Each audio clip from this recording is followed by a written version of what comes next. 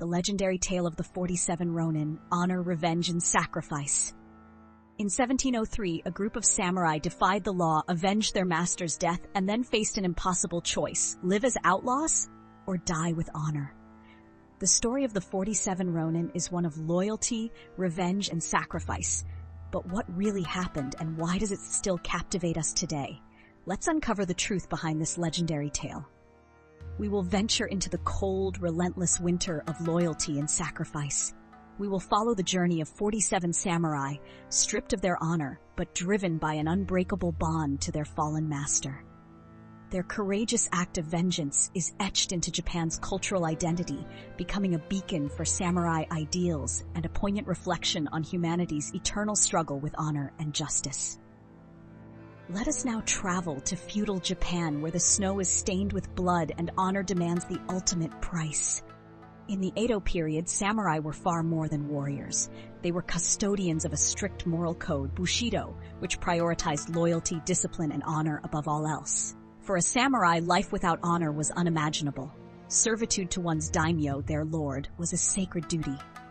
To falter in that service, or to be left masterless, was to exist in disgrace. Masterless samurai were called Ronin, and they wandered the world weighed down by shame and societal scorn. This era's rigid hierarchy saw unyielding loyalty as not just a virtue, but an expectation. The story of the 47 Ronin emerges from this cultural backdrop, testing the very definition of loyalty and what samurai were willing to sacrifice for honor. At the heart of this tale is Lord Asano of Akko, a noble daimyo known for his fairness and integrity. He embodied the highest ideals of Bushido, commanding respect and loyalty from everyone who served him. But even a man of honor could fall prey to political treachery. Asano was summoned to assist in ceremonial duties at the shogunate court under Lord Kira, a high-ranking official notorious for his greed and arrogance. Kira expected extravagant gifts and bribes, yet Asano refused to indulge in corruption. Deeply insulted, Kira orchestrated a campaign of humiliation against Asano, belittling him at every turn. One day, Kira pushed too far. Asano, driven past the brink of tolerance, unsheathed his blade within the shogun's palace and struck Kira. Though the wound was minor, the act itself was a grave crime. Unsheathing a weapon in the shogun's court was unthinkable. Asano's punishment was swift and absolute. He was ordered to perform seppuku, the ritual suicide that would preserve his family's dignity. His lands and titles were confiscated, and his loyal samurai were left adrift. This unjust fate of their master planted the seeds of vengeance in the hearts of Lord Asano's 47 samurai. With Asano gone, his loyal retainers became Ronin, masterless samurai condemned to live in shame. Their lord's death left them broken, yet their loyalty to him burned undiminished. Among them was Oishi Kuranosuke, Asano's chief retainer, who became their leader and moral compass during these bleak times. To Oishi and his comrades, their master's death was not just an insult, but an unpardonable affront to honor itself. The Ronin began to see their redemption tied to one goal: avenging Lord Asano by killing Lord Kira. To them, justice for their lord represented the only path back to honor, even if it meant certain death. The Ronin knew that Kira, wary of retaliation, would remain surrounded by guards and spies. To exact their vengeance, they would need patience and cunning. Oishi devised a plan. The Ronin would dissolve publicly, scattering to appear as if they had forfeited their ambitions. They would live the lives of dishonored samurai, pretending to abandon their quest, until Kira let his guard down. Oishi himself bore the brunt of this deception. He left his family, took to drinking, and feigned a life of decadence to convince Kira's spies that he was no longer a threat. In one of the darkest moments, a passerby mocked and spat on Oishi for his supposed cowardice. Yet Oishi endured this disgrace in silence, knowing it would pave the way for justice. For 2 long years, the Ronin maintained their ruse. They abandoned their identities and lived as shadows of their former selves, all while secretly preparing their attack. On a snowy winter night in December, the Ronin reunited with singular purpose. After 2 years of preparation, their moment had come. Armed and ready, they marched toward Kira's heavily guarded mansion under the cover of darkness. The silence of the night shattered as the Ronin launched their assault, overwhelming Kira's guards with meticulous precision. Every strike was purposeful, every movement synchronized. Oishi and his men cut through Kira's defenses, all the while searching for their target. Kira, fearing for his life, fled into a hidden chamber. The Ronin hunted him down. When found, Kira, shaking with terror, refused the Ronin's final act of mercy, the chance to die by seppuku as a samurai should.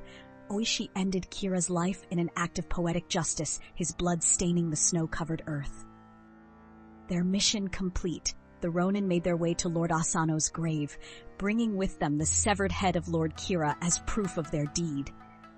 Kneeling before the grave, they offered the head as a token of vengeance fulfilled, restoring their master's honor. It was a poignant moment of closure, one filled with pride but also grief for what they had lost in the process. News of the Ronin's courageous act spread quickly, and public admiration for their loyalty grew. Though their actions were technically illegal, the samurai code they upheld made them a symbol of the Bushido ideal. The Ronin turned themselves in to the authorities, knowing full well the consequences of their actions. They had defied the law to exact revenge, and while their motives were noble, justice demanded a reckoning. After deliberation, the shogunate granted the Ronin an honorable sentence, death by seppuku. One by one, the 47 Ronin met their end with the same discipline and dignity they had shown in life. Their final act was an expression of their unwavering loyalty to their master and their commitment to the moral code that defined them. The story of the 47 Ronin did not end with their deaths. It became immortal. Across centuries, their tale has been told and retold through plays, literature, and art. It has remained a cornerstone of Japanese culture, symbolizing the ultimate devotion to duty even in the face of despair and death. At Sengakuji Temple, where the Ronin are buried beside their beloved daimyo, countless visitors continue to pay their respects. Their graves serve as a reminder of sacrifice, a place where honor and loyalty defy the passage of time. The tale of the 47 Ronin resonates far beyond its historical roots. It challenges us to reflect on fundamental questions. What does it mean to live by a code? How far can loyalty take us before it demands too much? The Ronin's actions, though steeped in tragedy, illustrate the unwavering courage it takes to act in defense of deeply held principles, even when the cost is one's life. Their journey also lays bare the thin line between justice and vengeance. Their quest for revenge restored honor, but ultimately cost them everything, forcing us to question whether the price of redemption was justified. The 47 Ronin stand as enduring icons of Bushido, their story capturing the tension between human emotion and moral duty. It is a tale of sacrifice, not just for one's leader, but for something far greater, loyalty to the ideals that give life meaning. Even today, their story resonates deeply, inspiring us to consider what we are willing to fight for, what we are willing to sacrifice, and how we confront the complexities of justice and honor.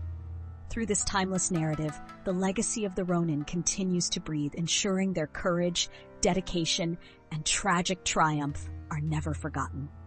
As the snow falls gently on Sengakuji Temple, amidst the quiet graves of these 47 warriors, we are reminded that their story is not just history.